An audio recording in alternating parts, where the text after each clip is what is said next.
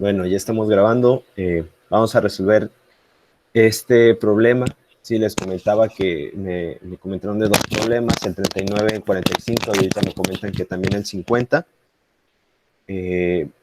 Vamos a empezar con el 45, dado que tiene condiciones que lo hacen más sencillo de resolver, en parte.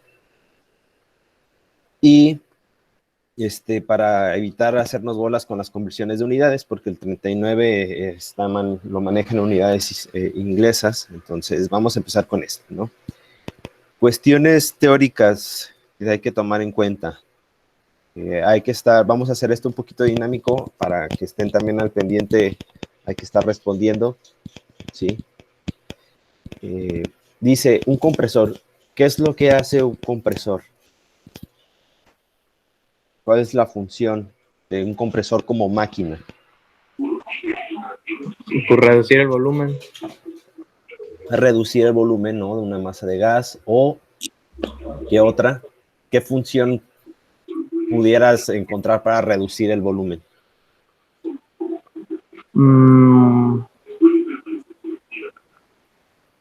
¿Para qué se utiliza un compresor? Pues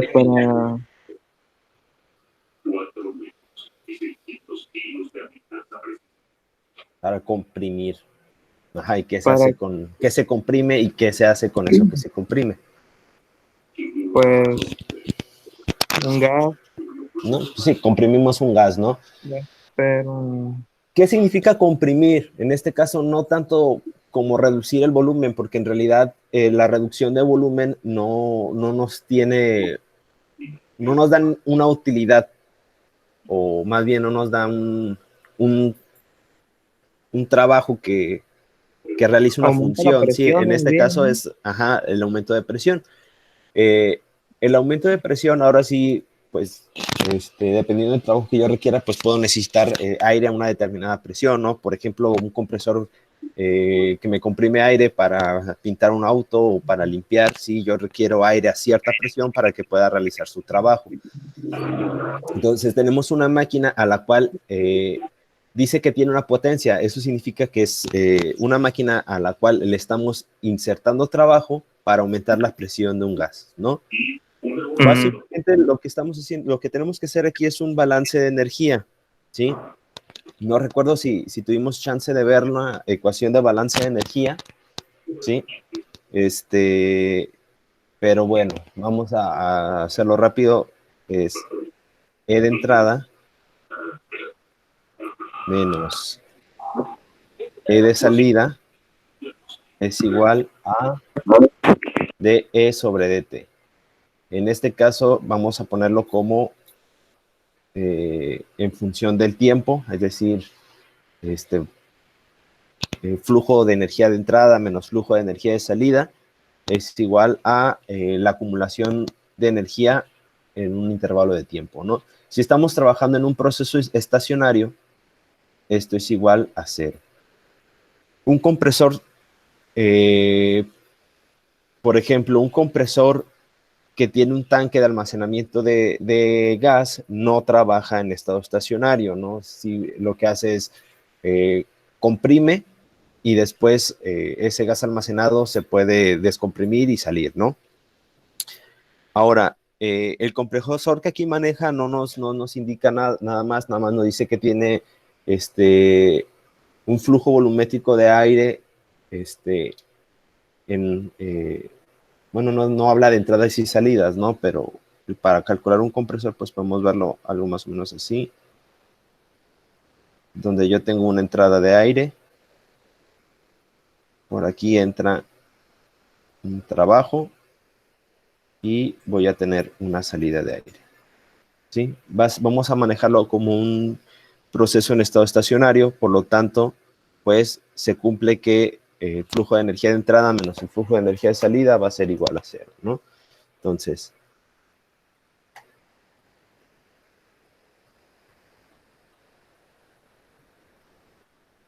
es igual a 0. Ahora, ¿cómo entra energía y cómo sale energía?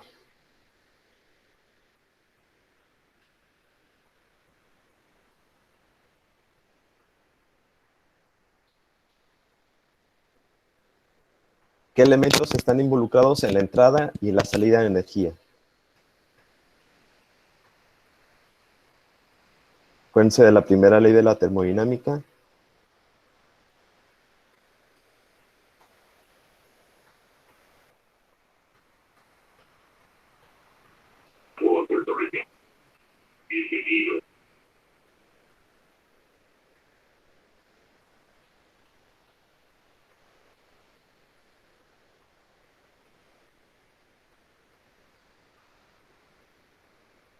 Lo que está en color rojo es la frontera, ¿no? Y pues entonces las entradas y salidas de energía están dadas por la frontera. ¿Por qué partes entra y por qué partes sale energía y en forma de qué entra y en forma de qué sale?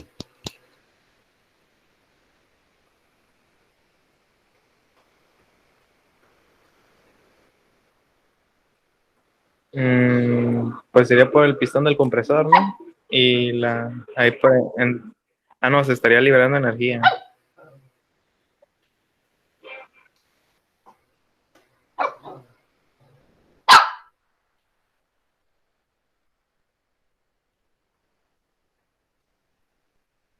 Ok, bueno. Si se acuerdan, bueno, la energía en un balance va a estar dada por energía interna, energía cinética, energía potencial y entalpía, ¿sí? La energía interna, pues, va a depender del calor y del trabajo. Como decía la primera ley de la termodinámica, dU es igual a dQ más dW. Entonces, para las entradas, ¿sí? Este término se va a convertir en Q de entrada.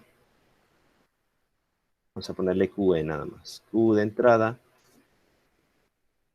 más trabajo de entrada más. Ahora, estos de aquí están relacionados a las propiedades del sistema. Tanto calor pues va a depender del cambio de temperatura y el trabajo pues también va a depender de cambios de presión y de volumen. Sin embargo, también la masa que entra y sale pues tiene energía asociada. Es decir, si entra por ejemplo, en otro ejemplo, ¿no? Una corriente de agua a determinada temperatura y a determinada velocidad, lleva cierta energía asociada a esa cantidad de agua. Si entra más agua, pues entra más energía. Entonces aquí vamos a poner un término, ¿sí? Que involucra estas energías relacionadas al flujo másico. Y va a ser la suma, M es el flujo másico, ¿de qué? Pues de la entalpía. Ponemos H minúscula como entalpía cuando nos referimos a entalpía específica. Algunos autores lo ponen como H con un sombrerito. ¿Qué significa esto? Esta H con un sombrerito son es unidades de energía sobre unidades de masa, ¿sí? Así lo ponen algunos autores, como H con un sombrerito, o algunos autores lo manejan como H minúscula, ¿sí? Ténganlo en cuenta a la hora que haya que resolver algún problema dependiendo de la fuente bibliográfica, pero hay que establecer eso. Vamos a ponerlo aquí que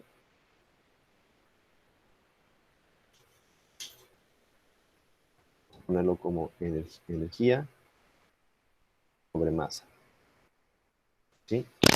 Bueno, entonces vamos a ponerlo como H con un sombrerito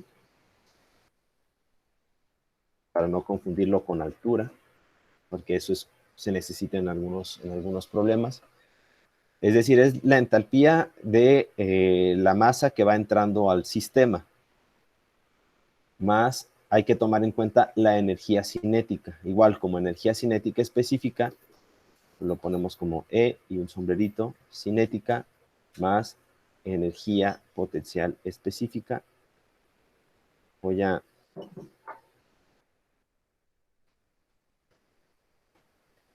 Bueno, esta es en la parte de las entradas. Borrar esto de aquí, un momento.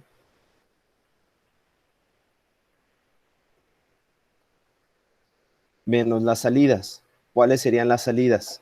Pues exactamente lo mismo, ¿no? Los mismos elementos que estoy contemplando para la entrada es para la salida. Lo que estoy poniendo aquí es la ecuación general de balance de materia. Ahorita la vamos a simplificar. Entonces, es lo mismo, nada más en este caso todas estas son de entrada. Y ahora para el caso de salidas, pues menos Q de salida más trabajo de salida, perdón, menos, bueno, vamos a ponerlo como corchete, al final de cuentas es esto, ¿no? Más la suma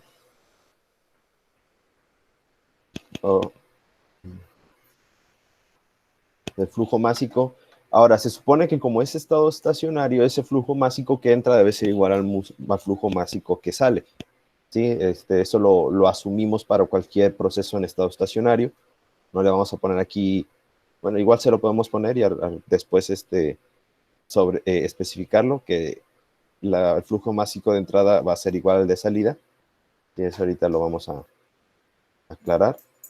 Por la entalpía de la corriente de la salida más la energía cinética de la corriente de salida más la energía potencial de la corriente de salida. ¿Sí?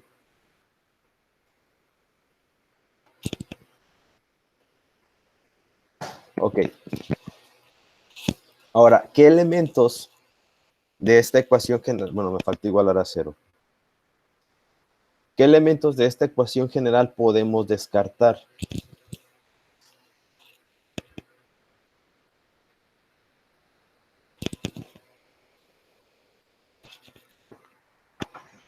La energía potencial, ¿no?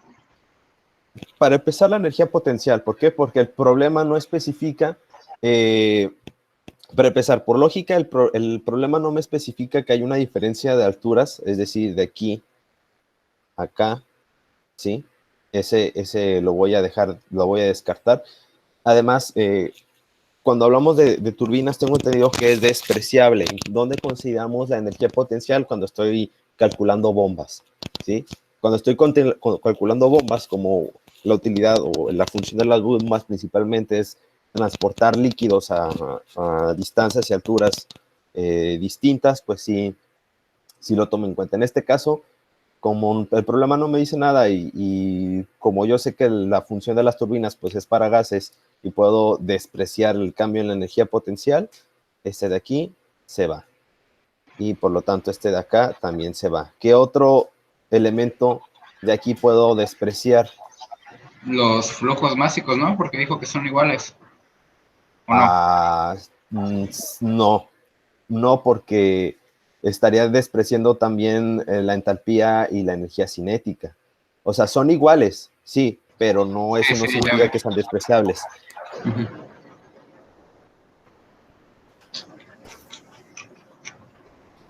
Ok, estamos hablando de un compresor. Yo aquí puse un diagrama muy simplificado de un compresor.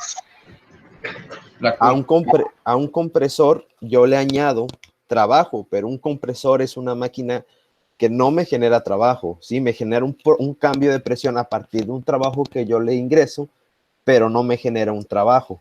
Es decir, yo le tengo que suministrar trabajo. Por lo tanto, el trabajo va a entrar, pero no va a salir, ¿sí? No hay salida de trabajo, solamente entrada de trabajo.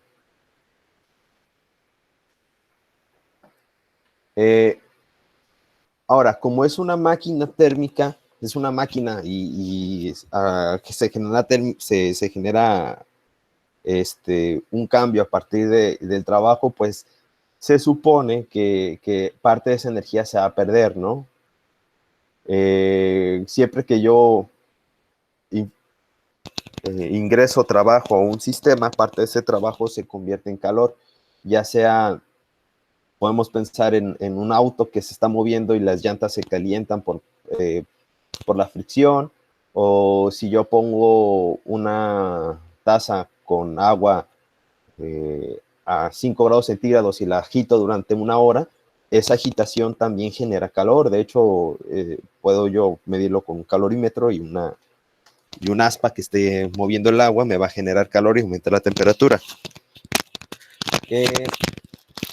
Sin embargo, bueno, no me da temperatura externa e interna del proceso, sí, o sea, de la turbina, pero además me dice que el proceso es adiabático.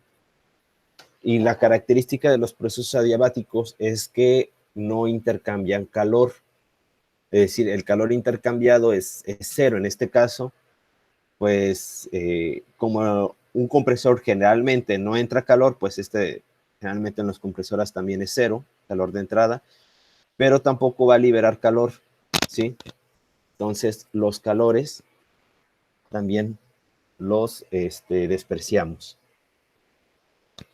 Y entonces vamos a volver a escribir la ecuación. Dice WE más delta ME, es decir, este término que es masa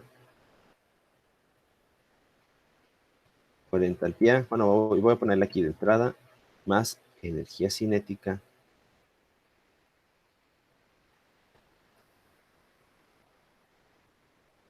de entrada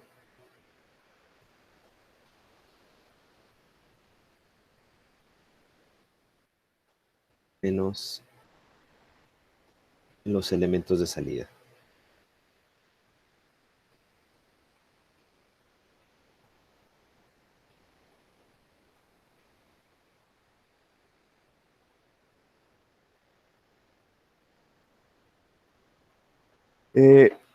Esto es igual a cero. Voy a reordenar un poquito esta ecuación para que me quede el trabajo del lado izquierdo y los demás elementos del lado derecho. Eso me va a facilitar un poquito. Normalmente así vienen expresadas. Entonces, en este caso, el trabajo de entrada, el cual conozco, el problema me lo da, es igual a una suma. Profe, en el segundo término, ¿es la energía cinética de salida o de entrada? Perdón, de salida.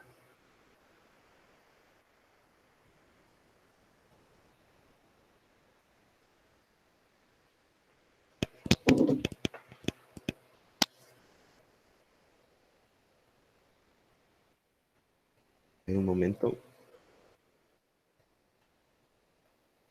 Vamos a reordenar nada más esto un poquito.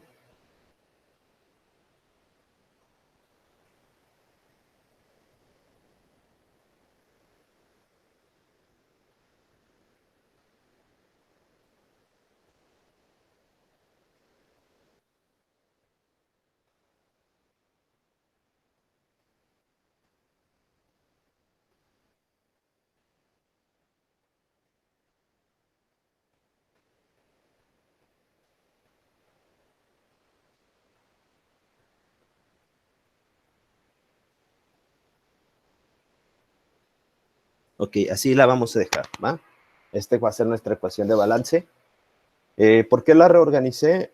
Para dejarlo en salidas menos entradas. Sí, recuerden que la evaluación de cuando evaluamos un proceso, siempre es final menos inicial, salidas menos entradas, 2 menos 1.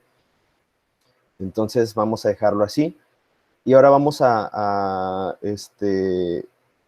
ver cómo calculamos o cómo lo vamos a establecer. En este caso, pues yo nada más tengo una entrada, ¿sí? Y una salida. Vamos a ponerle 1 y 2. Entonces, pues ya lo dejo así, ya no tiene caso que siga especificando que es de entrada. Como nada más tengo una entrada, pues esta es la sumatoria de una sola cosa. Entonces es M1 por H1, perdón, 2, es de salida. M2 por H2 más energía cinética 2 menos M1 por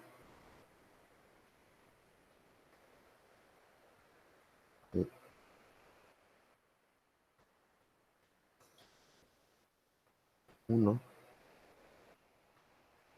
energía cinética 1. Y así quedaría.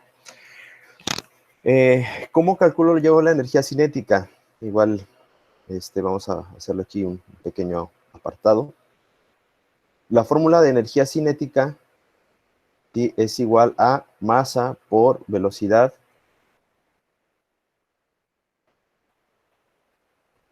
es igual a 1/2 de la masa por velocidad al cuadrado. Sí, esa es la fórmula de energía cinética.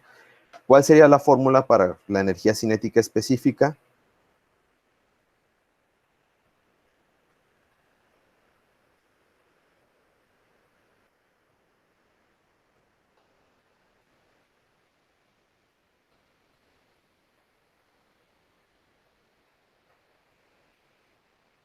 ¿Cómo quedaría para la energía cinética específica? Se supone que estamos diciendo que la energía, cuando hablamos de que si es energía específica, es energía por unidad de masa.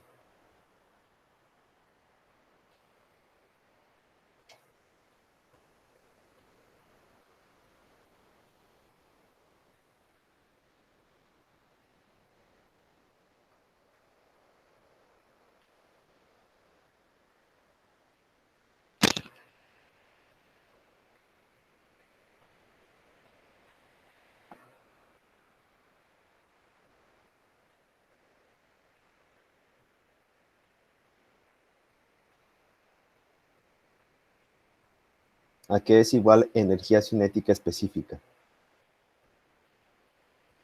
¿O de qué depende la energía cinética específica? Si la energía cinética depende de la masa y de la velocidad, ¿de qué depende la energía cinética específica?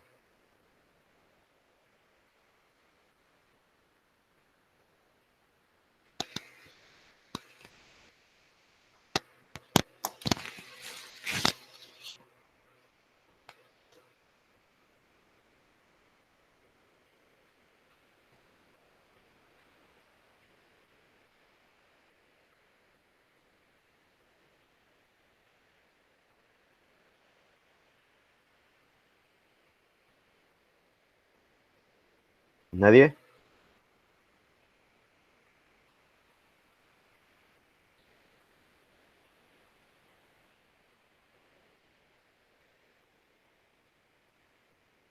¿Me escuchan?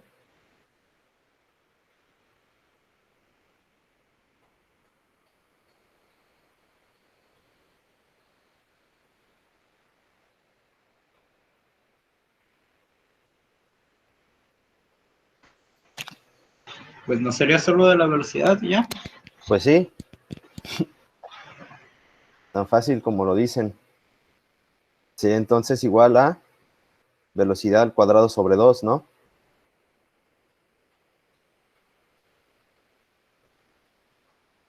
Sí, para la entalpía, en este caso, la fórmula de la entalpía específica es igual a entalpía sobre masa, pues la fórmula de energía sería, energía específica es energía sobre masa, entonces nada más sería despejar para acá, ¿no? Y ya tengo energía cinética específica. Bueno, voy a borrar toda esta parte. ¿Hasta aquí hay dudas? Ahorita simplemente estamos, de hecho, esta es parte de la explicación de balances de materia y energía, pero son cosas que necesitamos recordar para poderlo resolver, ¿sí? Y claro que si ya dominan más este tema, pues podemos establecer desde el principio esta ecuación, ¿no? ¿Por qué? Porque yo rápido me puedo dar cuenta que no hay flujo de calor, que, no hay, que la energía potencial la puedo descartar, que es un compresor y el único trabajo que entra el único trabajo es el trabajo de entrada, ¿sí? Pero nos estamos yendo lentos para llegar a la ecuación que necesitamos. ¿Alguna duda hasta aquí, hasta la obtención de esta ecuación?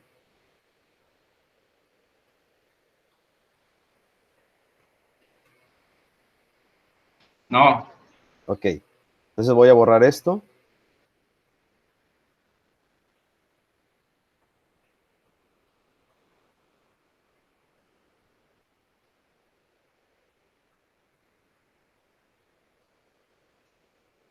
Ya para escribir la ecuación que vamos a usar.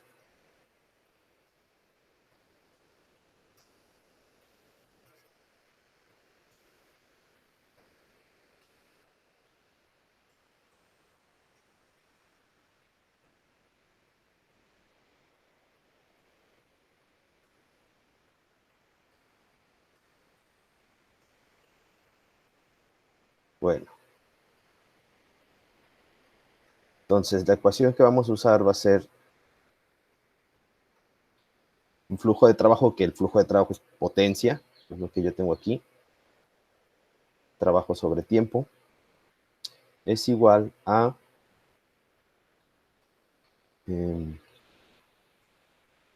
dijimos que era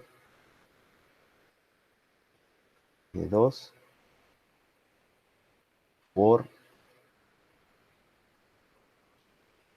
entropía específica más, ahora, yo dije que era energía cinética específica, ¿no? Ahora vamos a cambiarlo por cómo se calcula, ¿no? Que sería velocidad 2 al cuadrado sobre 2, ¿no? Porque es la energía cinética específica de salida. Menos M1, entalpía de entrada, más la energía cinética de la corriente 1 al cuadrado sobre 2. Sí, recordando por ahí el diagramita que hicimos del compresor.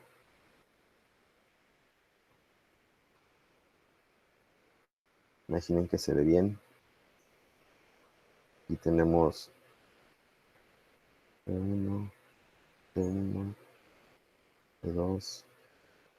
Y no nos da aquí temperatura 2. Ya reacomodando un poquito esto, como yo sé que M1 es igual a M2, pues esto yo lo voy a llamar nada más M.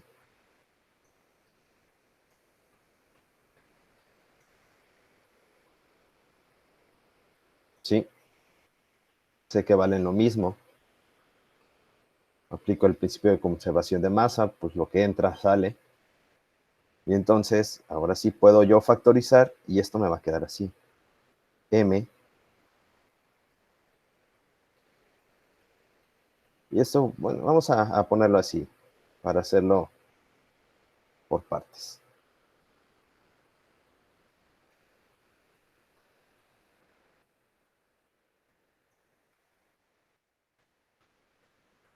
Esto ya es algebraica, ¿sí? Obviamente estos quedarían como menos. Todo esto quedaría como H2 más, sería M, y esto estaría multiplicando a todo lo que quede aquí dentro de este paréntesis, que sería H2 más B2 al cuadrado sobre 2, menos H1, menos, porque más por menos, menos B1 al cuadrado sobre 2. Si yo lo reajusto y lo acomodo, pues esto me puede quedar así, como H2 menos H1 más B2 al cuadrado sobre 2 menos B1 al cuadrado sobre 2, ¿no? Y ahora sí, de forma muchísimo más sencilla, la ecuación que vamos a usar es trabajo es igual a flujo másico por delta H específica más B2 al cuadrado menos B1 al cuadrado sobre 2. Esta es la fórmula que vamos a usar, ¿sí? ¿Qué necesito yo entonces para calcular? De hecho, el problema me pregunta por flujo volumétrico, ¿no? Eso es importante. Por flujo volumétrico. Sin embargo, esta ecuación que yo tengo aquí me maneja flujo másico. ¿Qué tendría que hacer para convertir de flujo volumétrico a flujo másico? Pues yo tengo dos cosas, ¿no? Si tengo el dato de la densidad, pues hago el cálculo con la densidad para pasar de masa a volumen.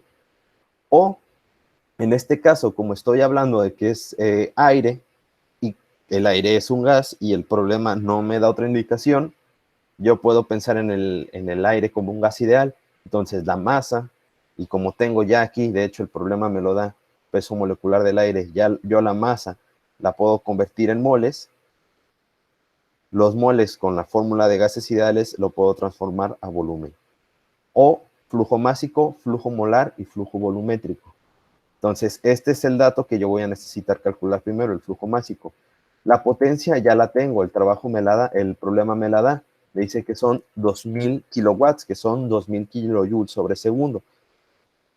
¿Qué elementos también tengo aquí? Tengo las velocidades de entrada, V1, y velocidad de salida, V2. Esto es velocidad, no es volumen. Vamos a ponerle así como unos alerones. Normalmente se utiliza V minúscula para velocidad. Bueno, se utiliza siempre V minúscula para velocidad, V mayúscula para volumen. Vamos a identificarlas así. ¿Qué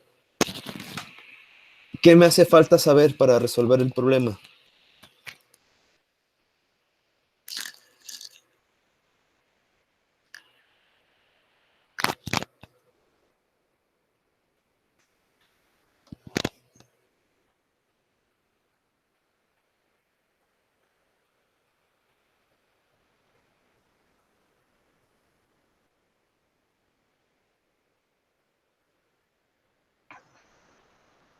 Las entalpías, ¿no? Las entalpías de entrada y entalpías de salida. Ok, ¿cómo podemos calcular esto? Normalmente hay tablas, ¿no? En las cuales, por ejemplo, cuando es vapor o es aire a determinadas temperaturas, yo me voy a mis tablitas de entalpía específica y puedo calcular H1 y H2 y calcular delta H. Obviamente aquí no tengo la posibilidad de usar las tablas. Sin embargo, el problema me da la información suficiente para determinar entalpía. Ok, de hecho este problema lo podemos dividir en dos temas. Uno es balance de materia, balance de energía, en el cual pues ya tenemos aquí nuestra ecuación de balance, ¿sí? Y la otra es sobre principios termodinámicos. Voy a borrar todo esto para dejar aquí arribita nuestra ecuación de balance y ahora empezar con la parte de termodinámica para ver cómo rayos vamos a calcular aquí la entalpía. Vamos a hacer esto para...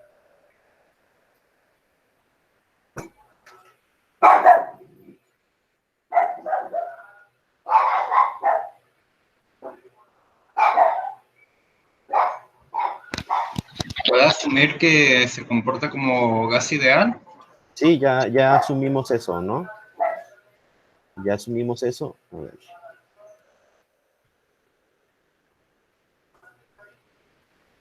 Voy a responder esto.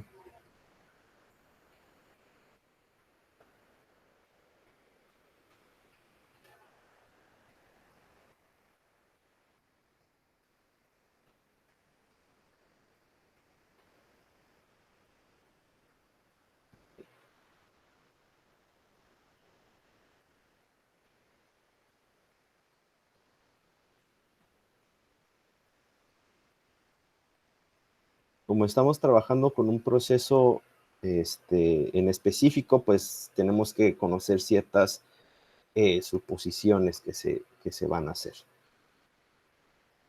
Ahora, pues nos podemos ir por el camino largo explicando de dónde sale cada término. Preferiría yo para darle también una repasada, aprovechando.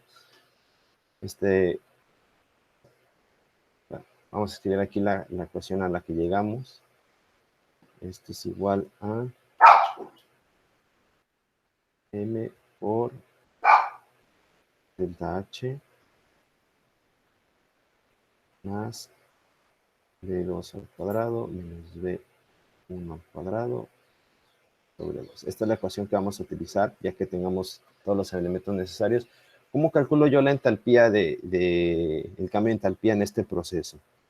Ahora ya, haciendo un lado el hecho de que estamos trabajando con un compresor, pues lo que estamos haciendo es un cambio, ¿no? En el cual tenemos un gas que se encuentra a ciertas condiciones de presión y temperatura, sufre un proceso y se transforma, ¿no? Ahora tenemos otro gas, con otra presión y otra temperatura.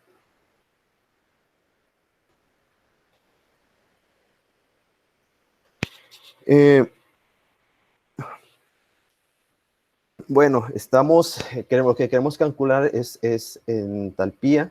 ¿Sí se acuerdan cómo calcular el cambio de entalpía? Yo había pensado en la de masa por el calor específico por el delta T, pero creo que no hay delta T, ¿o sí? Vamos a ver, O se calcularía con la presión, ¿no? vamos a ver, masa por CP por DT, ¿no? Como nada más me da un CP, pues yo asumo que el CP es constante, por lo tanto esta fórmula es válida, ¿sí? Como estoy calculando entalpía, o yo quiero calcular entalpía específica, pues dejo fuera el término de masa y le puedo poner CP DT, ¿no? De hecho, esta CP, pues, hay CP específica, en este caso, pues, CP lo dejamos como, va a quedar en unidades de, como viene aquí, ¿no? De kilojoule sobre kilogramo, para obtener la entalpía específica. Sí, ocupo una DT. Ahora, ¿habrá DT o no habrá DT? ¿Habrá una diferencia de temperatura en el proceso?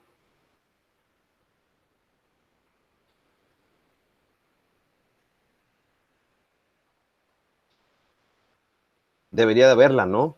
Si no hay diferencia de temperatura, no hay entalpía. Entonces, si no hubiera diferencia de temperatura, pues entonces este término también se va y pues ya puedo resolver el problema. Ahora, sí va a haber una diferencia de temperatura. ¿Por qué? Si el proceso me dijera, si el problema me dijera, perdón, que es un proceso isotérmico, entonces sí, DT vale cero y por lo tanto entalpía vale cero, ¿no? Y no hay ningún problema. Pero no dice que es isotérmico. El problema dice que es adiabático.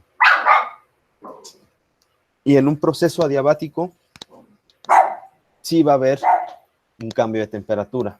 Lo que no va a haber va a ser transferencia de calor, pero sí va a haber un cambio de temperatura. ¿Cómo lo calculo ese cambio de temperatura? Bueno, vamos a irnos por el camino largo. Vamos a repasar, a volver a ver la primera ley de la termodinámica. Sí. Vamos a dejar esto aquí un ladito.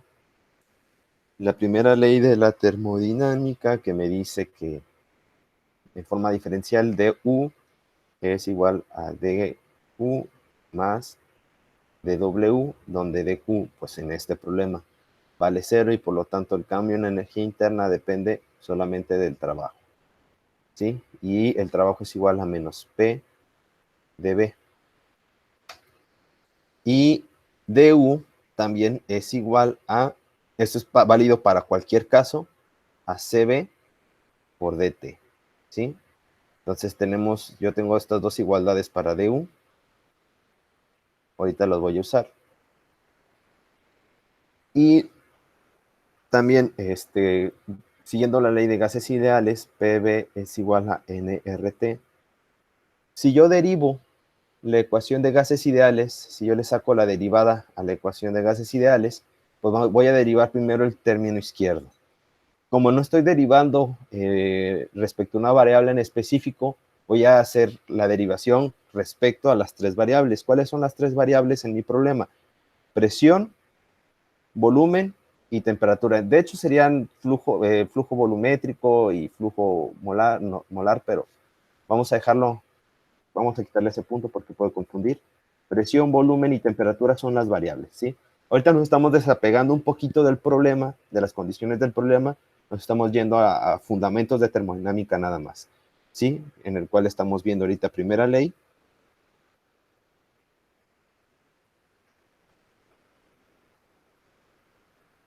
Primera ley, y de este caso, gases ideales.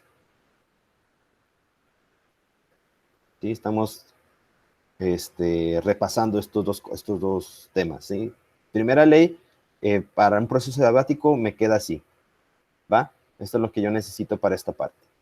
Y en un gas ideal, si yo derivo la ecuación de gas ideal con respecto a las tres variables, pues del lado izquierdo voy a tener presión por la derivada de volumen, y si yo derivo con respecto a presión, me queda volumen por la derivada de presión,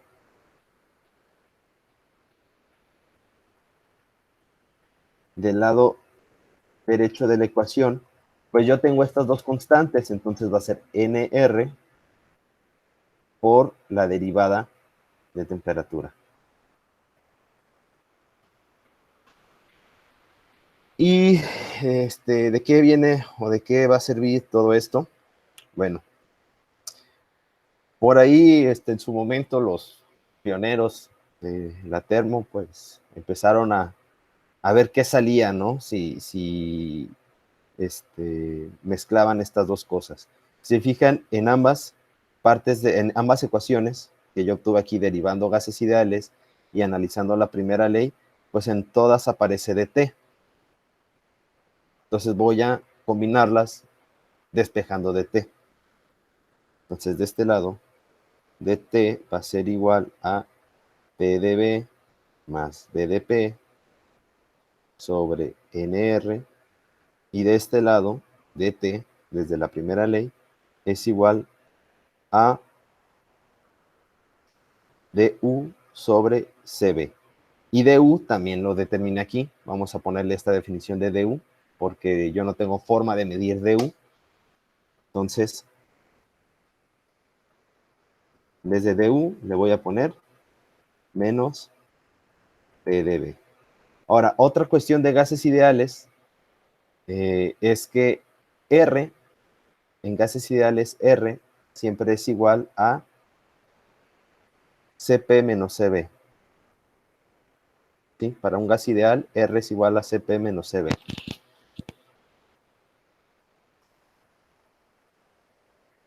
Entonces, de aquí me queda que dt es igual,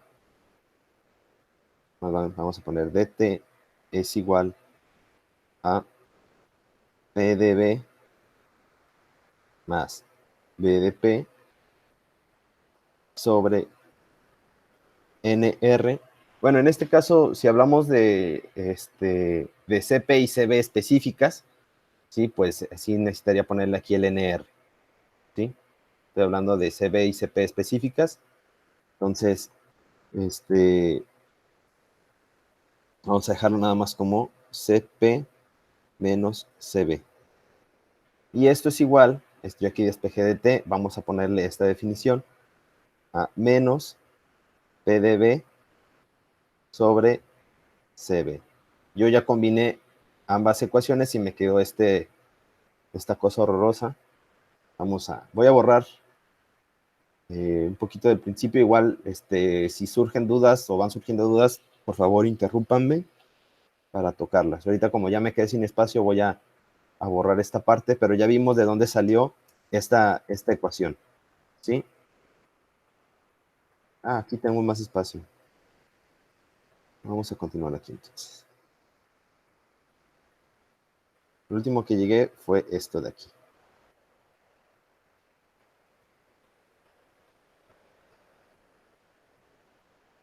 Entonces, yo llegué a esta ecuación que me dice PdB más BDP sobre Cp menos Cb es igual a menos PdB sobre Cb. ¿Y esto qué significa, no? Voy a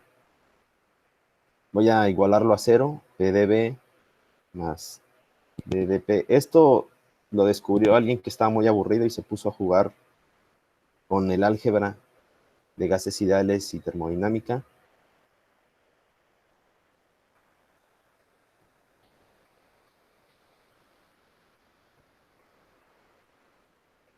Perdón, a ver.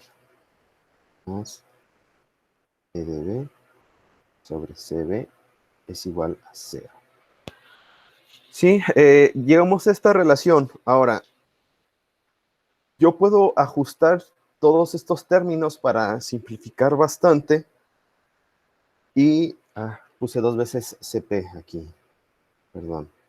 Esto es Cb. Igual, esto nada más es igual un repaso de los fundamentos de termo, y en este caso estoy combinando gases ideales con las condiciones de un proceso adiabático. Yo puedo hacer lo mismo para un proceso isotérmico, isocórico o isobárico, y voy a encontrar distintas relaciones entre las variables del gas, y es a lo que yo quiero llegar, ¿sí? ¿Qué relación puedo encontrar yo entre presión y volumen en un proceso adiabático? Por ejemplo, la relación presión-volumen en un proceso isotérmico es que presión por volumen va a ser igual a una constante, ¿no?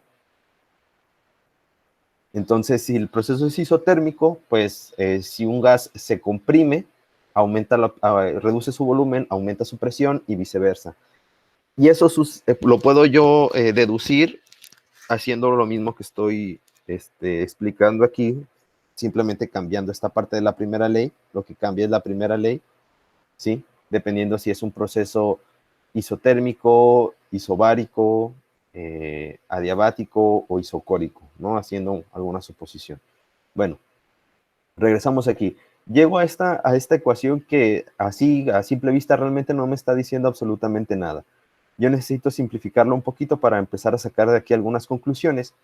Y aquí la forma que yo voy a usar para simplificar esta ecuación es que voy a multiplicar todo por Cp menos Cv, ¿sí? Porque este denominador de aquí abajo me complica mucho todo. Y si yo multiplico todo esto, toda la ecuación por Cp menos Cv, ¿sí? Entonces, voy a multiplicar todo esto, toda la ecuación, los dos lados por Cp menos Cv. ¿Qué va a pasar con el primer término? Pues Cp menos Cv se va a eliminar y me va a quedar como PdV más BDP. ¿Qué va a pasar con el segundo término? Me va a quedar como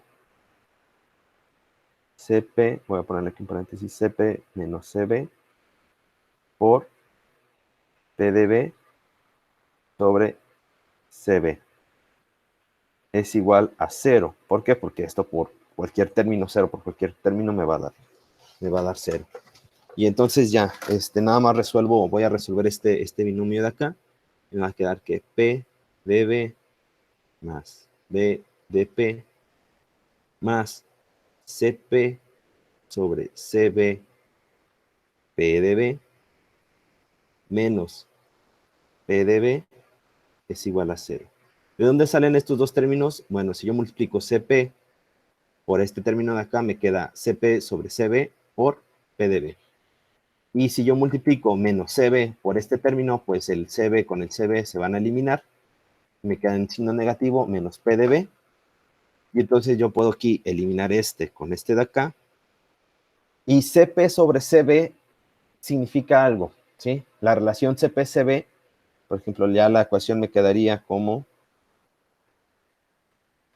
BDP más Cp sobre Cv, muchos autores lo ponen como gamma.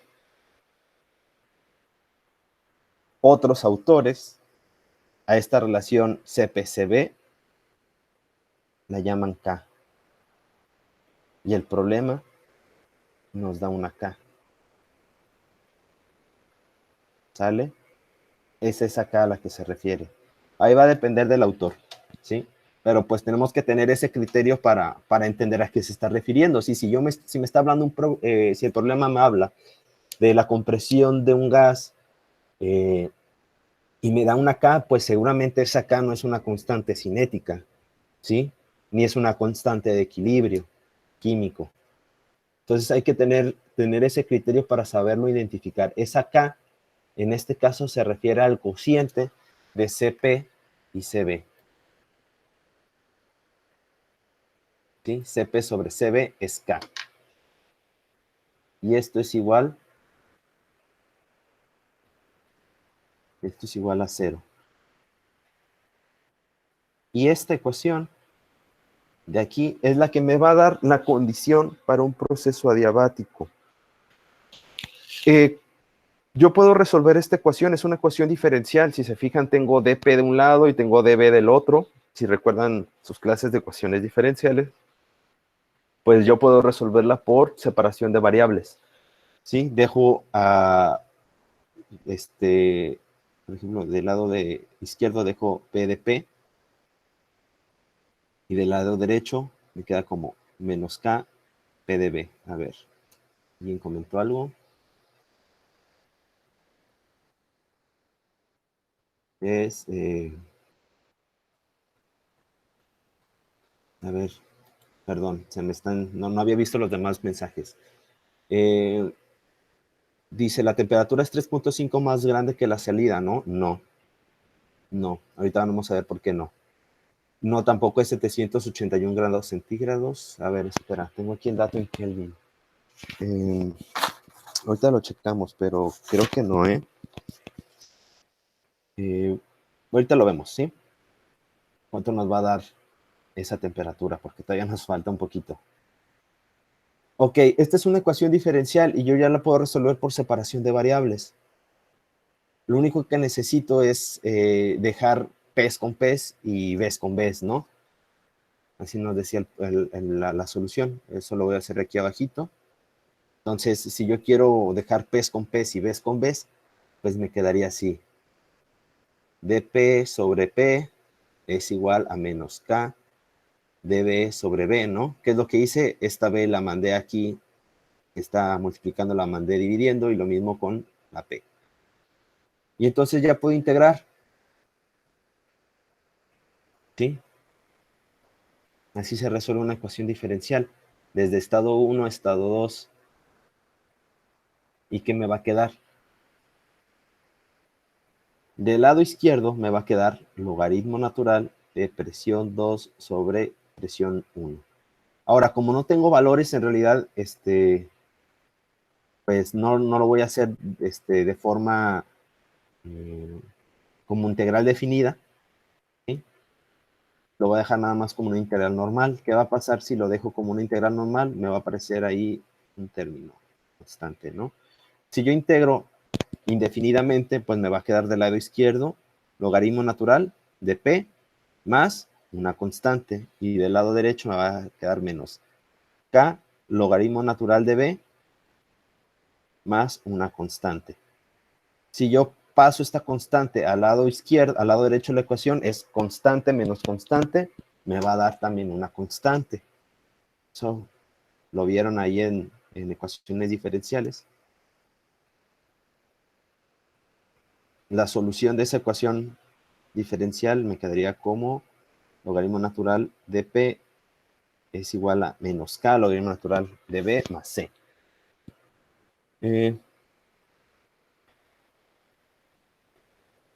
Vamos a despejar esa constante y me queda logaritmo natural de P más K logaritmo natural de B es igual a C. Esta K, por leyes de los logaritmos, yo lo puedo poner como exponente de B. Y me está haciendo falta espacio. Entonces nada más le voy a borrar esta K. Pónganme atención y lo pongo como coeficiente de B. Y por leyes de los logaritmos yo también puedo agrupar estos dos. Y voy a continuar aquí arribita. Si pueden ver bien. Voy a continuar acá arribita. Y entonces logaritmo natural de P por B a la K o a la gamma, muchos lo ponen como a la gamma, es igual a una constante. Y si yo elimino ese logaritmo natural, pues es elevarlo a la E. Euler, que es un número constante. Entonces, PB a K elevado a la K es igual a una constante. Y todo esto que hicimos desde ver la derivación de la ley de los gases ideales y la condición isotérmica para la primera ley fue para llegar a esta igualdad. P por B a la K es igual a constante. P por B a la K igual a constante, o P por B elevado a la gamma, como lo ponen otros autores, esto lo ponen como gamma, donde ya vimos o ya dijimos que gamma, en este caso no lo manejan como K, es igual a CP sobre CB. Esta es la condición para un proceso adiabático. Si ustedes buscan un formulario, van a encontrar que esta es la condición de un proceso adiabático. Y ya con esta condición de un proceso adiabático, yo puedo llegar a una relación P por B y T. Y entonces, en función del cambio de presión o el cambio de volumen, yo puedo determinar también cuál va a ser el cambio de temperatura. Cuando hablamos de un proceso isotérmico, la condición es esta. P por B es igual a constante. ¿Sí? Pero para un proceso adiabático, P por B, donde B está elevado a la K, va a ser lo que se mantiene constante. No les voy a preguntar de dudas por aquí porque realmente es, pues esta información de P por B a la K es igual a constante, es un dato que pueden encontrar en cualquier libro donde vean procesos adiabáticos, pero me interesaba darle una repasada para ver de dónde salía, ¿sí? Nuevamente, nada más cómo llegamos a todo esto a partir de la derivación de la ecuación de gases ideales y de la condición de un proceso adiabático en la primera ley. Combinamos ambas ecuaciones y haciendo un poquito de álgebra, llegamos a esta conclusión. P por B elevado a la K, donde K es el cociente de CP sobre CB, es igual a constante. Voy a borrar todo esto ya conociendo esta parte, entonces ya lo demás no va a ser tan complicado. Ese es el dato que necesitábamos. Borrar todo esto que hicimos.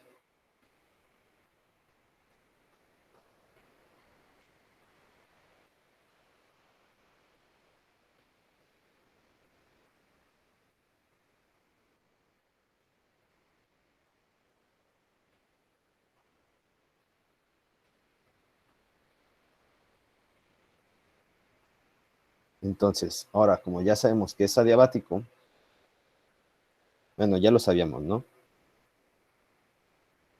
Y explicamos de dónde viene esta relación. En un proceso adiabático, pues, vamos a ponerlo ya así, delta U es igual al trabajo, ¿sí? Realmente lo que nos interesa, bueno, delta H va a ser igual a Cp de T, en este caso pues si lo hacemos con específico, y la relación Pb elevada a la K es igual a constante. Ahora, el problema no me da cambio de volumen, me da cambio de presión. ¿Sí? Si Pb por K es igual a constante, pues eso significa que P1 por B1 elevado a la K es igual a P2 por P2 elevado a la K, ¿no?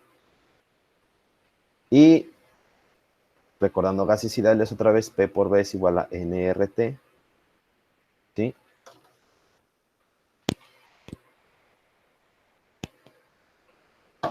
Bueno, para encontrar una relación, vamos a encontrar primero la relación presión-volumen, ¿no? Entonces, si yo despejo P1 sobre P2, esto me va a quedar como B2 sobre B1, estoy viendo muy chueco, elevado a la K. Sí, esa es la primera relación que voy a tener, la voy a poner aquí a un ladito.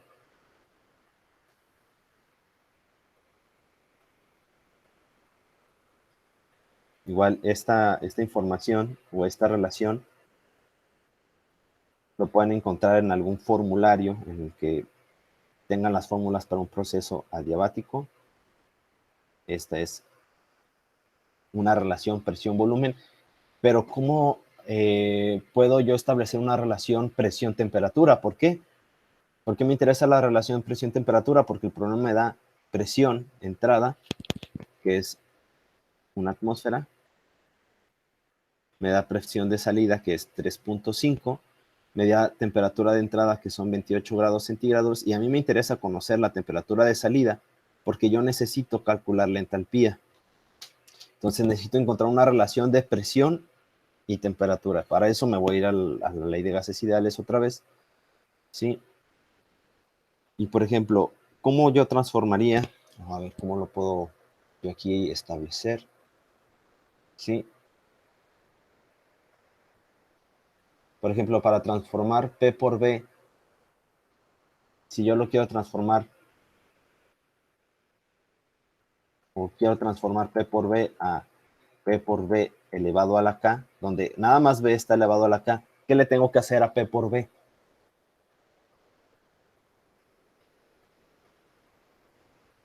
A todo este término, ¿qué lo tendría que hacer para transformarlo en este de aquí?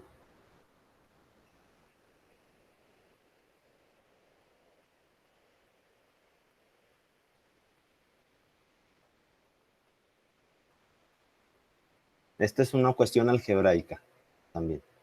Una, pues tendría que, bueno, a ver, mejor no, ustedes díganme, ¿qué le tendría que hacer a P por B para transformarlo en P por B a la K?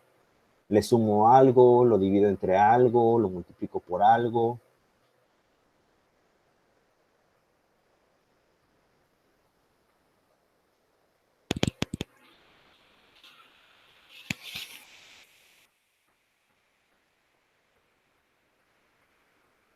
¿Qué le tendría que hacer?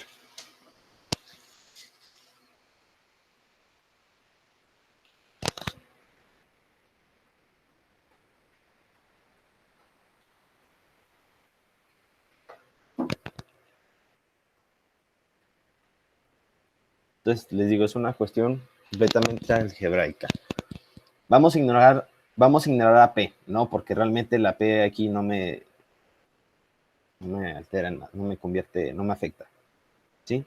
Si yo quiero transformar de B a la K, ¿qué le tengo que hacer a B?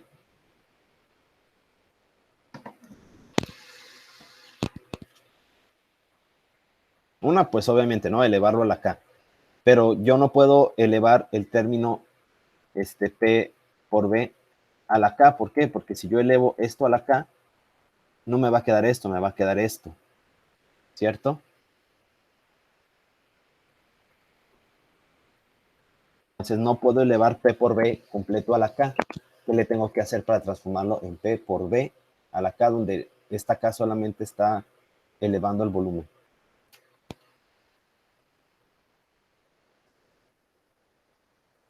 Por ejemplo, vamos a ponerle 3x y yo lo quiero transformar Sería en multiplicarlo 3. por raíz K de P por B y todo eso elevado a la 2K, ¿no?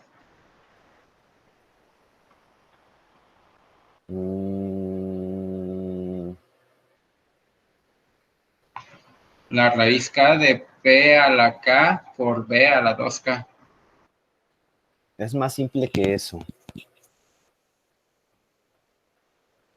Por ejemplo, si yo quiero transformar 3x a 3x cuadrada, ¿por qué lo multiplico? Tendría que multiplicarlo por x, ¿no? ¿Sí? Ahora, ¿cómo transformo 3x a 3x a la n?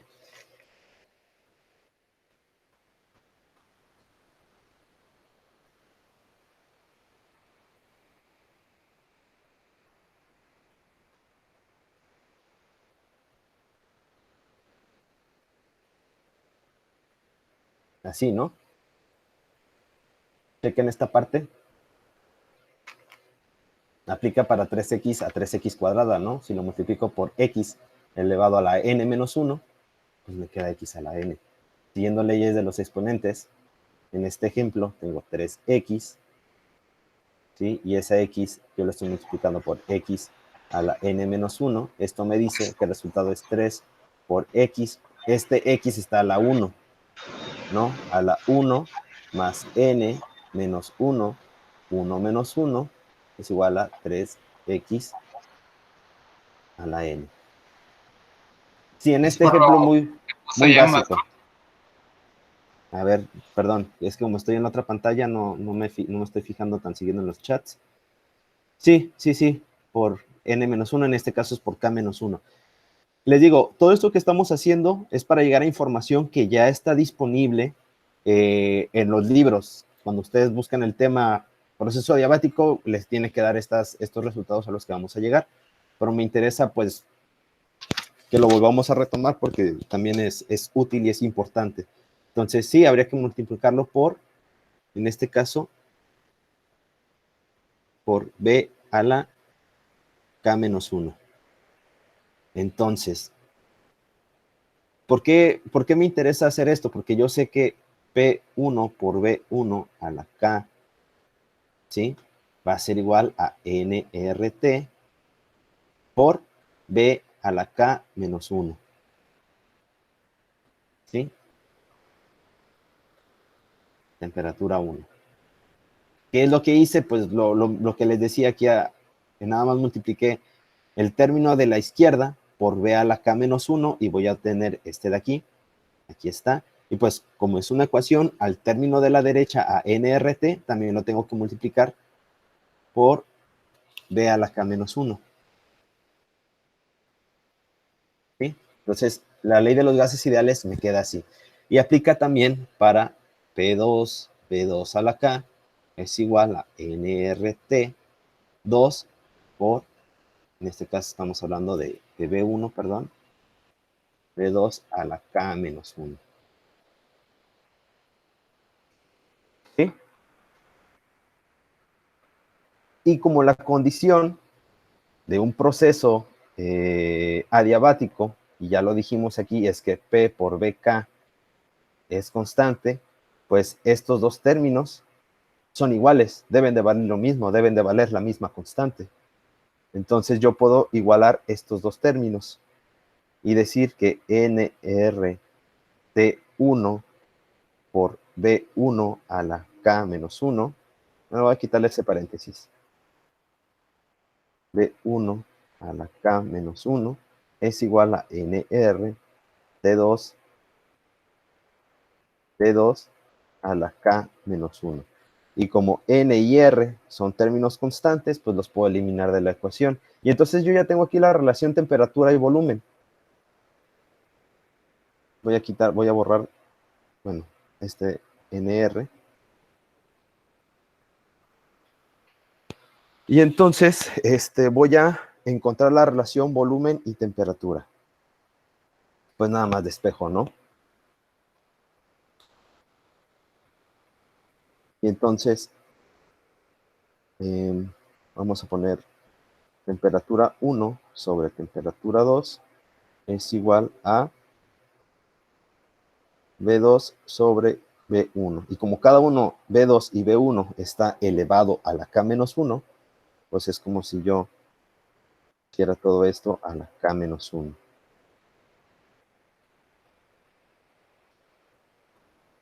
Voy a transformar esto un poquito para que se parezca a este de aquí, que esté elevado nada más a la K. Y nuevamente es puro álgebra, ¿no? Voy a tomar este de aquí, que es B2 sobre B1 elevado a la K menos 1 es igual a T1 sobre T2. Voy a pasar este coeficiente para acá y me va a quedar como B2 sobre B1 es igual a T1 sobre T2 elevado a la 1 sobre K menos 1. ¿Cierto? Sí, lo único que hice fue despejar o sacarle la raíz, sí, en términos de K menos 1. Y si yo elevo esto a la K, pues también tengo que elevar esto a la K. ¿Por qué lo elevo a la K? Para encontrar aquí esta relación. Este de aquí va a ser igual a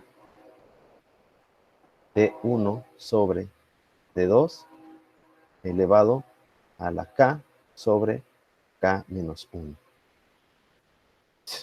Les digo, nuevamente, esta relación PBT para procesos adiabáticos, si buscan con cuidado en un libro, la van a encontrar. O si tienen mucho tiempo, pues pueden llegar a deducirlo. Ahora sí, ya tenemos todo lo que necesitábamos para resolver el problema. Voy a borrar algunas cosas. Ya dejé aquí señalada la relación de igualdad que vamos a utilizar. El problema no me da, me da un volumen de entrada. Bueno, perdón, de hecho no me da volúmenes, ¿no? Me pregunta por el flujo volumétrico, pero no me da volúmenes de entrada ni volúmenes de salida. Sin embargo, sin embargo, si me da una presión, si me da presión de entrada, presión de salida, y me da la temperatura de entrada, yo puedo calcular la temperatura de salida. Esta ecuación que está aquí es válida para nada más procesos adiabáticos, donde ya conozco K. Entonces, ahora sí, si yo ya quiero calcular la temperatura 2, pues la despejo de aquí. P1 sobre P2 es igual a T1 sobre T2 elevado a la K sobre K menos 1. Vamos a modificar, entonces, P1 sobre P2 elevado a la K menos 1 sobre K es igual a T1 sobre T2. Sí, estoy despejando el coeficiente. Hay que recordar las leyes de los exponentes. Estas son cosas indispensables. Perdón, T1 sobre T2. Y si yo quiero despejar T2, entonces la fórmula va a ser T2 es igual a... Hay mejores maneras de acomodarlas, ¿no? A T1 por presión 1 sobre presión 2 elevado a la K menos 1 sobre K. Y ese K menos 1 sobre K, pues yo le puedo dar ya valores, ¿no? K menos 1 sobre K, ahorita lo damos. La temperatura 2 entonces va a ser... ¿Cuánto vale la temperatura 1? 28 grados centígrados, ¿no? Que son 301.15 kelvins. Ojo, esta igualdad pues es para trabajar con temperaturas absolutas y presiones absolutas. Afortunadamente el problema especifica aquí que son valores absolutos también los de presión. Sobre 1, que es la presión 1, sobre 3.5, que es la presión 2, elevado a la K menos 1 sobre K. Y si K nos dice el problema que vale 1.4, K menos 1 sobre K, ¿cuánto vale? Es 1.4 menos 1 entre 1.4 es 1.71. Igual lo podemos dejar como fracción para que quede más exacto. 1.7143. Y ya con estos datos, ¿cuánto me da la temperatura 2? Hagan el cálculo.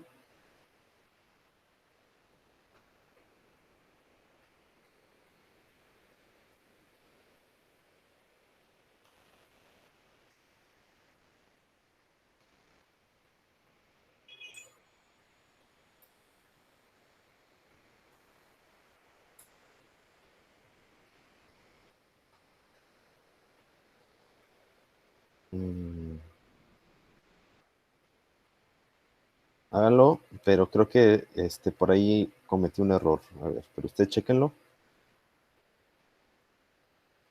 Me está dando una temperatura muy alta.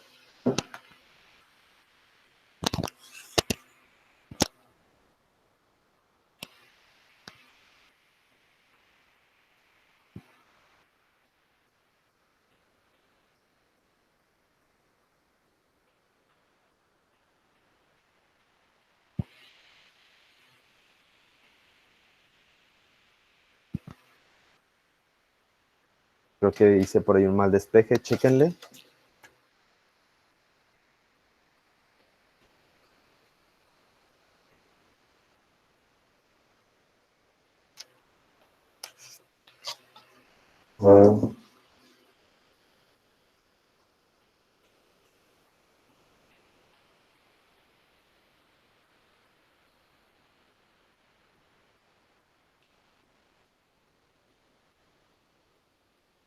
A ver qué salió mal.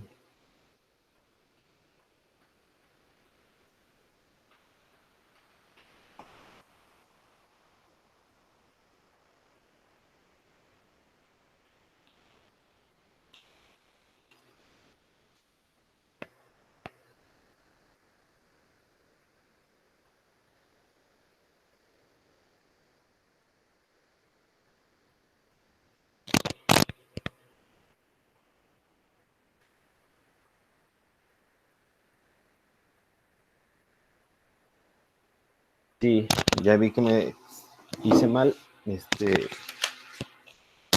Fue aquí en este término. Y vamos a ponerlo aquí. K menos 1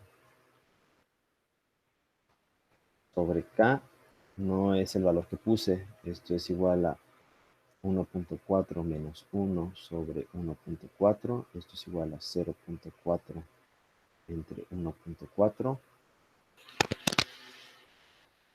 Y es 0.2857.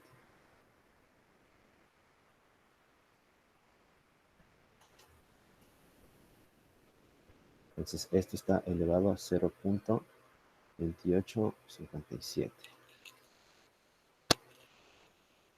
Ahora sí, ¿cuánto da?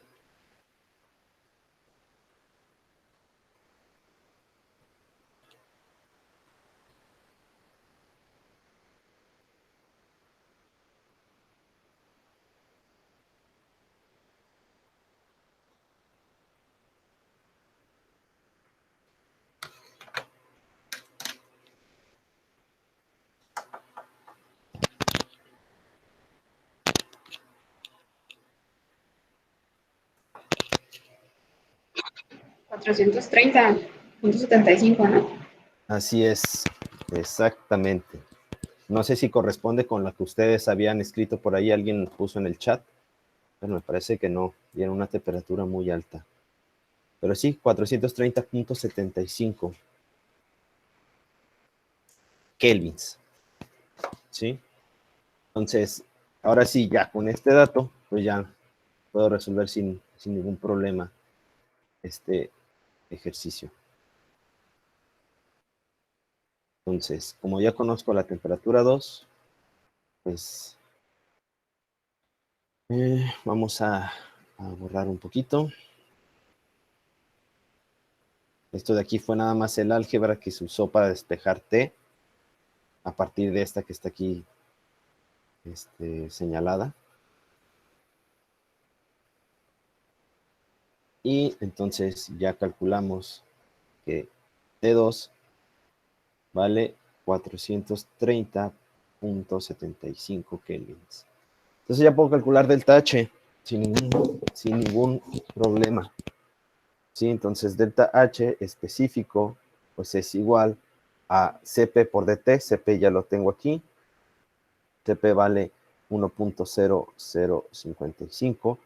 Ahora vamos a poner aquí las unidades porque va a ser importante. Kilojoules sobre kilogramo. Perdón, me faltó el Kelvin. Kilojoules sobre kilogramo Kelvin.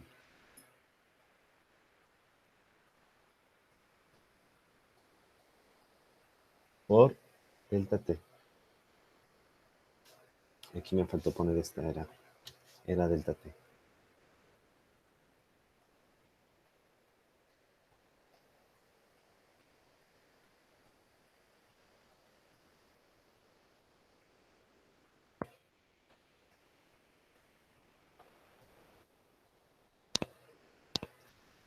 ¿Cuánto dijimos que era la temperatura 1? 28 grados centígrados, que es 301.15 kelvins. ¿Cuánto nos queda el valor de delta H?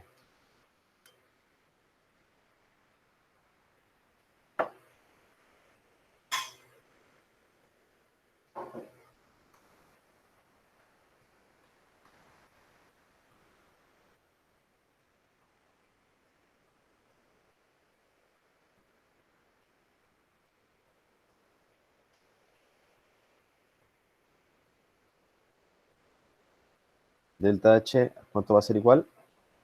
130. 130.31 kilojoules sobre kilogramo. Esta parte es importante porque hay que tener mucho cuidado con las unidades. Si se fijan, por ahí hay valores como que muy disparatados, por ejemplo, 13.711, 12, entonces puede ser por las cuestiones de las unidades, hay que tener ahí cuidado. Entonces ya tengo delta H en kilojoules. Si yo lo transformo o lo pongo en joules, voy a ponerlo, bueno, ahorita lo acomodamos, ¿sí? Eso en kilojoules. Entonces yo ya tengo prácticamente todos los elementos necesarios para resolver el problema. El problema aquí, o la parte difícil era calcular delta H, ¿sí? Que si yo tengo esta relación o sé buscar esta relación en los libros, que está aquí señalada, pues me facilita el problema, ¿no? Y esa la puedo encontrar en libros de termodinámica sabiendo cómo buscarla, que es la relación PBT en un proceso adiabático. ¿Sí? Por si lo quieren anotar, digo, no es necesario que se aprendan todo el procedimiento que hicimos ahorita, pero consideré que era importante señalar de dónde sale esta relación, ¿sí? Pero con sabiendo buscar esta relación, o aprendiéndosela esta relación para un proceso adiabático, si quieren aprendérsela, pues ya el problema se simplifica bastante. Ok, entonces ahora sí, ya para terminar de resolver el problema, pues tengo que poner todo en su lugar. Y entonces vuelvo a escribir la ecuación de balance. Trabajo es igual a flujo másico por delta H más B2 al cuadrado menos B1 al cuadrado sobre 2. Ok, vamos a sustituir los valores que ya conocemos junto con sus unidades. ¿La potencia cuánto es? 2000 kilowatts, ¿no? Me dice el problema. Bueno, vamos a despejar primero M, porque realmente lo que queremos es M. Para ver en qué unidades nos va a salir ese flujo másico. Va a ser igual a W sobre delta H específica más B2 cuadrada menos B1 al cuadrado sobre 2. Si está muy chiquito y no se ve, díganme, ¿eh?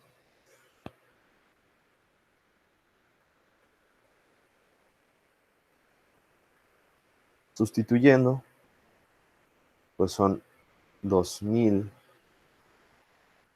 kilowatts sobre delta H, que la tengo en 130.31 kilojoules sobre kilogramo, más volumen, no, perdón, velocidad 2, pensé que dijimos que era velocidad, porque es el término de energía cinética que depende de la velocidad.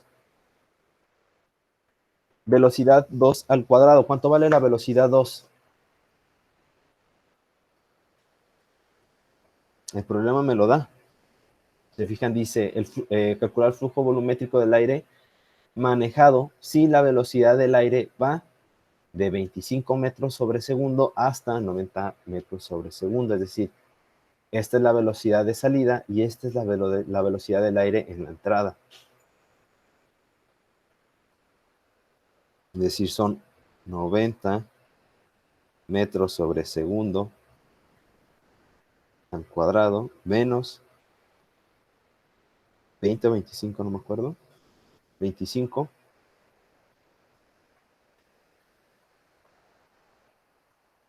metros sobre segundo al cuadrado sobre 2. Ok, yo podría meter esto a la calculadora y resolverlo, ¿no? Y probablemente pues vaya a tener algo. El problema es en qué unidades lo estamos manejando. ¿Es válido meter todas esta ecuación así como está para obtener un resultado? ¿Y en qué unidades estaría el resultado?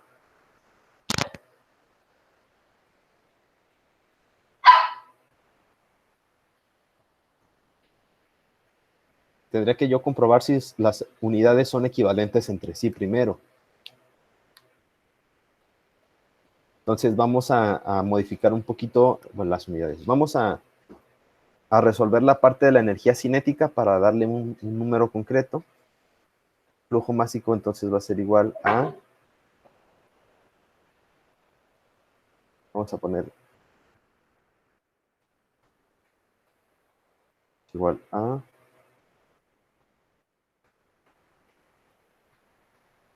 ¿en qué unidades puedo poner los kilowatts?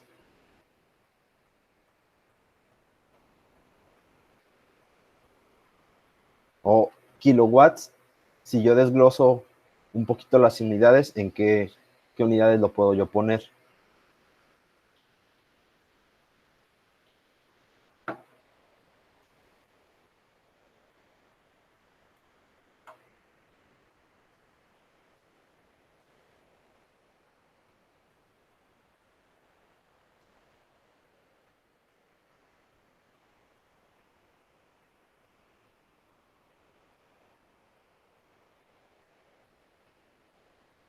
¿Qué unidades les gusta?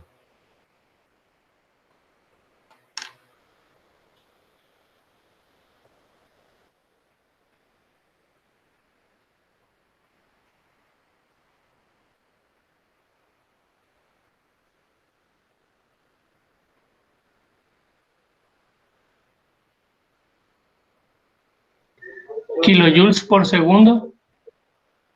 Kilojoules sobre segundo.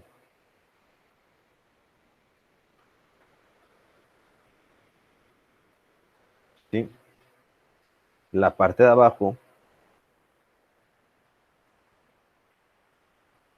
130.31 kilojoules sobre kilogramo, al menos aquí hay unidades equivalentes, ¿sí? Que son las de kilojoules. El siguiente término, ¿cuánto me da esta división? 90 al cuadrado menos 25 al cuadrado sobre 2.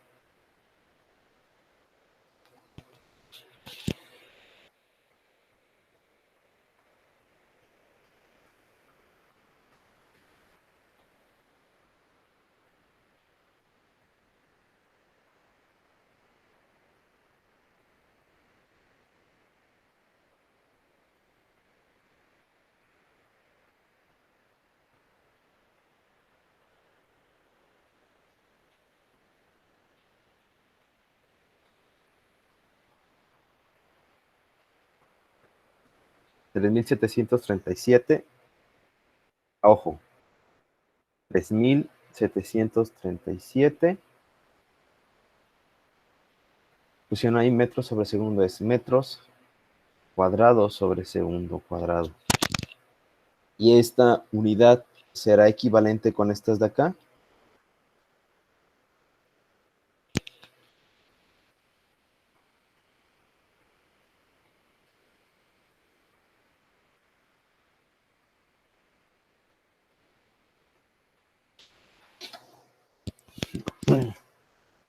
Vamos a analizar un poquito las unidades.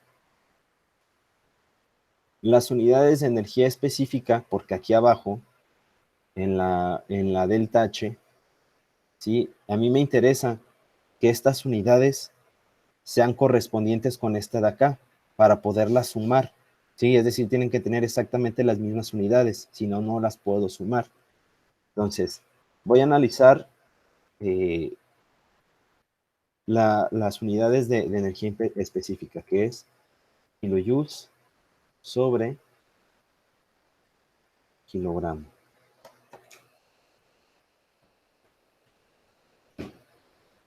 Joules, ¿a qué es igual? Es una unidad de energía, pero ¿cómo calculaba yo de energía de trabajo? ¿Cómo calculaba yo el trabajo? El trabajo era igual a fuerza por distancia. Por lo tanto, los joules son newtons por metros. Lo puedo dejar como kilonewtons metros, ¿sí? Porque está ese kilojoules sobre kilogramo. Y los newtons, ¿en qué unidades están? Si yo sé que fuerza pues es igual a masa por aceleración, pues esto va a ser igual a, dejo este kilo,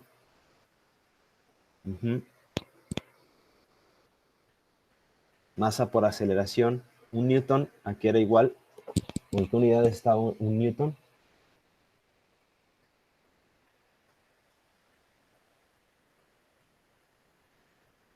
Kilogramo, metro, sobre segundo al cuadrado, ese es el newton, por metro, sobre kilogramo. Entonces, si se fijan, kilogramo y kilogramo se van, metro por metro me da metro cuadrado, entonces puede ser K, que es por 1000, metro cuadrado sobre segundo al cuadrado. ¿Sí? Si yo esto lo divido entre 1000, pues lo puedo poner como una K aquí, es decir, que es por 1000, y entonces ya va a tener las mismas unidades de kilojoule sobre kilogramo. Una igualdad rápida es que joule sobre kilogramo es igual a metro cuadrado sobre segundo al cuadrado. Esa es una igualdad rápida. Por lo tanto,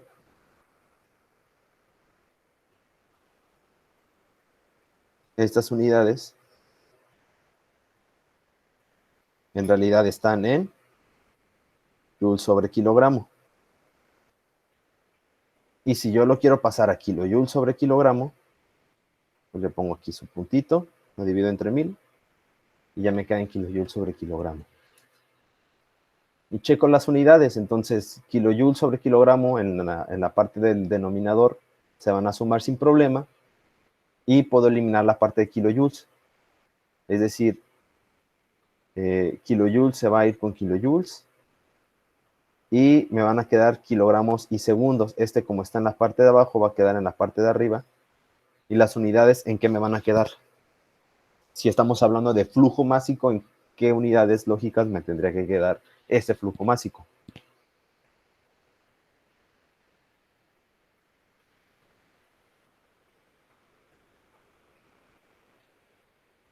Kilogramos por segundo, ¿no? Ajá. ¿Y qué valor tengo?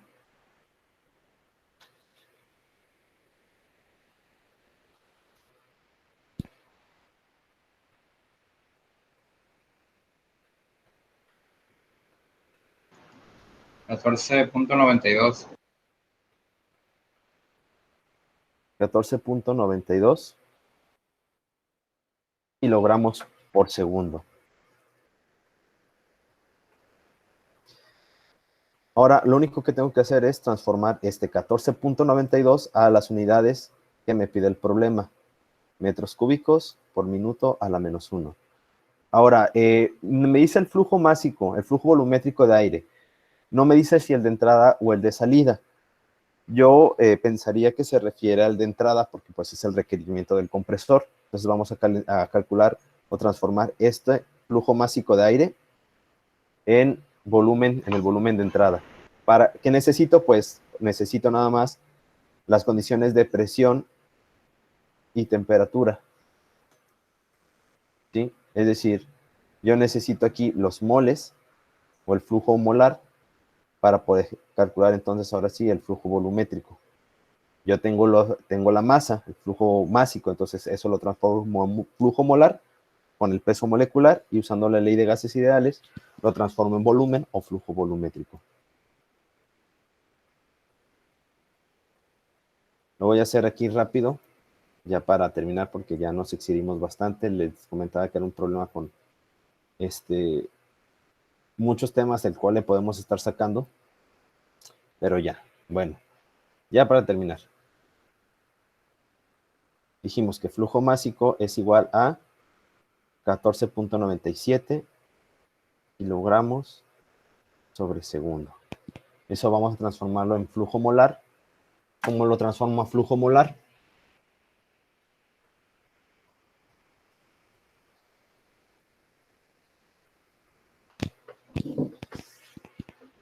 Pues si tengo ahí el peso molecular, ¿cuánto va a ser el flujo molar?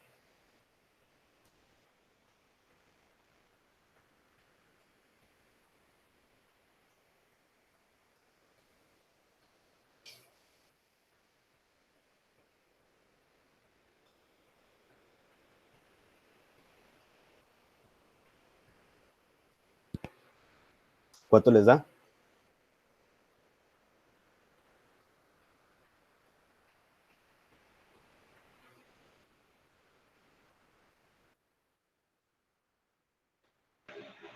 ¿0.51? 0.51, no lo tengo aquí el dato, ustedes me lo están dando. 0.51 me quedaría en, como estamos trabajando con kilomoles, en kilogramos, perdón, me quedaría como kilomoles sobre segundo, ¿no? Y si este valor de 0.51, traten de tomar más decimales, ¿eh? Si este valor de 0.51 yo lo meto en la ecuación de gases ideales para calcular volumen, si yo sé que PV es igual a nRT, y si yo meto aquí o lo divido entre tiempo, me queda flujo volumétrico y este me queda como, perdón, como flujo molar y flujo volumétrico, pues entonces el flujo volumétrico va a ser igual a nRT sobre presión, y tengo todos estos datos, ¿no? Aquí es 0.51 kilomol, ¿no? Voy a darle más espacio porque si lo quieren poner en moles para poner la R en moles, pero puede quedar así. Flujo volumétrico va a ser entonces igual a 0.51 kilomol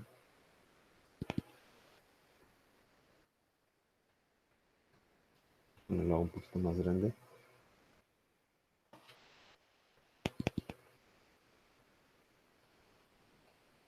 Sobre segundo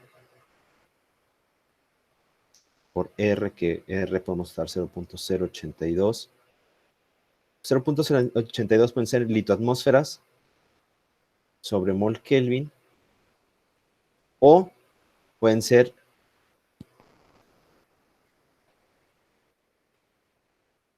también metros cúbicos, atmósferas sobre kilomol kelvins.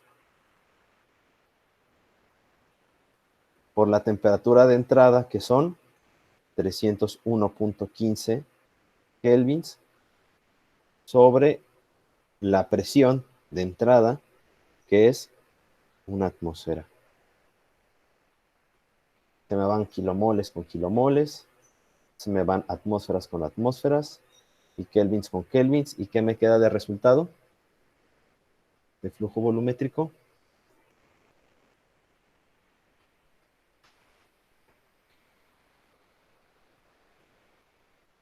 Ya para terminar.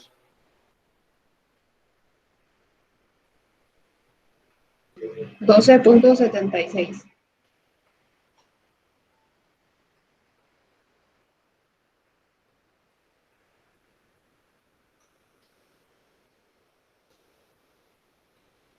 A ver. Sí, 12.76. Ajá. ¿Qué unidades?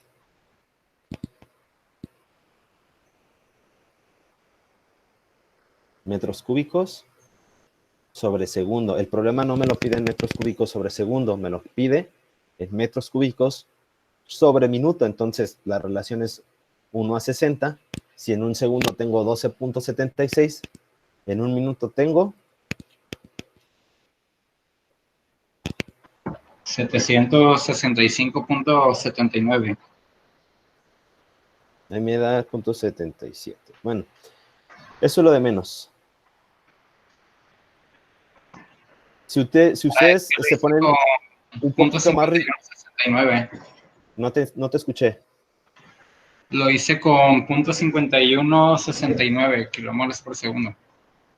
Bueno, yo lo hice hace un rato, no recuerdo si redondeé algunas cifras, pero me dio exactamente este valor.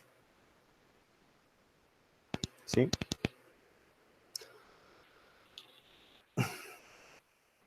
La respuesta es el inciso D.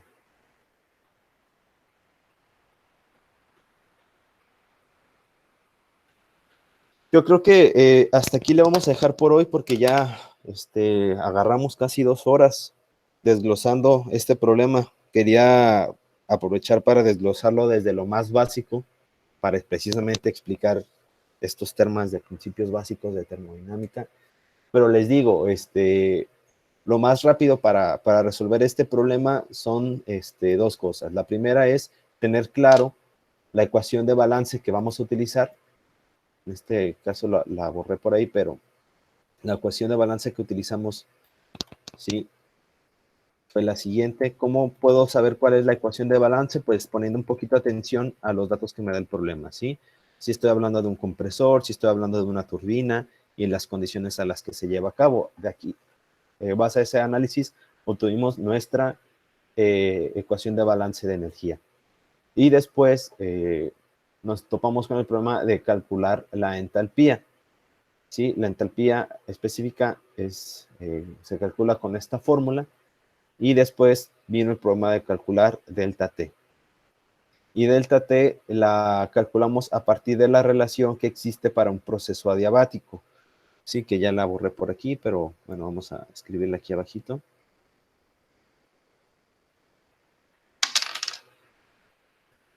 Sí. Que para un proceso adiabático vimos que P1 sobre P2 es igual a B2 sobre B1 elevado a la K y a T1 sobre T2 elevado a la K sobre 1 menos K. No, perdón, K menos 1. K menos 1. ¿Sí? Entonces, sabiendo que esta es una condición para un proceso adiabático, conociendo la fórmula de entalpía y teniendo claro la ecuación de balance que corresponde a este problema, pues entonces ya puedo resolverlo.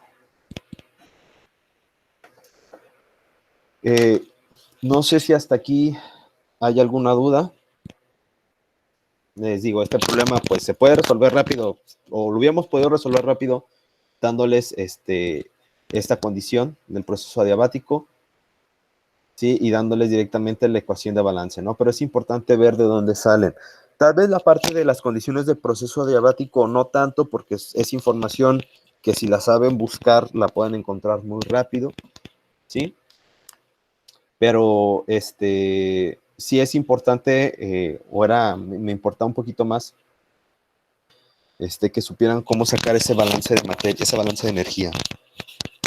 El problema 39 no lo vamos a ver ahorita, pero ya sabiendo o ya resolviendo este de aquí, que lo hicimos de forma muy desglosada, el problema 39 es más sencillo. El único problema que tiene, la única dificultad son las unidades.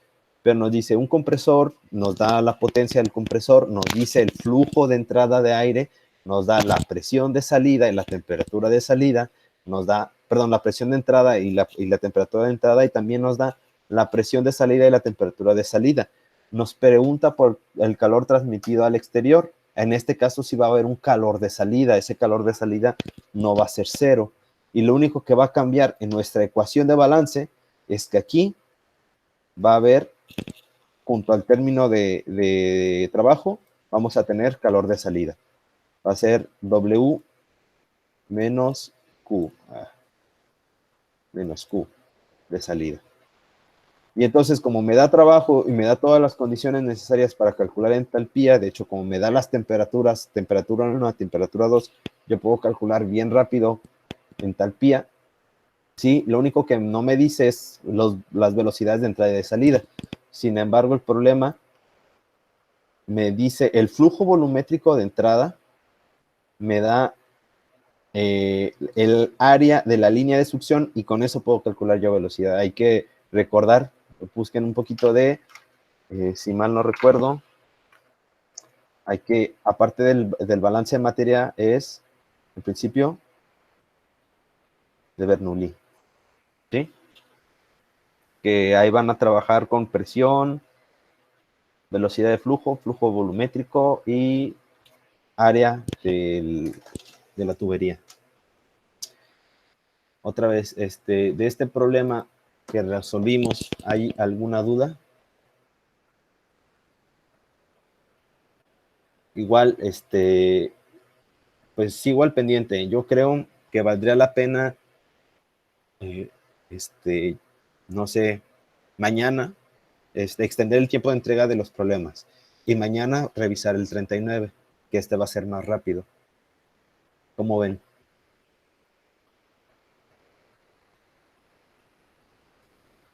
Va. Entonces, traten de resolverlo esto desde cero. Les digo, ya nada más tengan anotado pues esta relación de proceso adiabático. Esto es válido para cualquier proceso adiabático. ¿Sí? Y la ecuación de balance. Hay que tratar de llegar a esta ecuación de balance otra vez, ustedes. Si les sirve como ejercicio. Y la definición del tapía es válida para cualquier proceso. Entonces, pues, hasta aquí le vamos a dejar.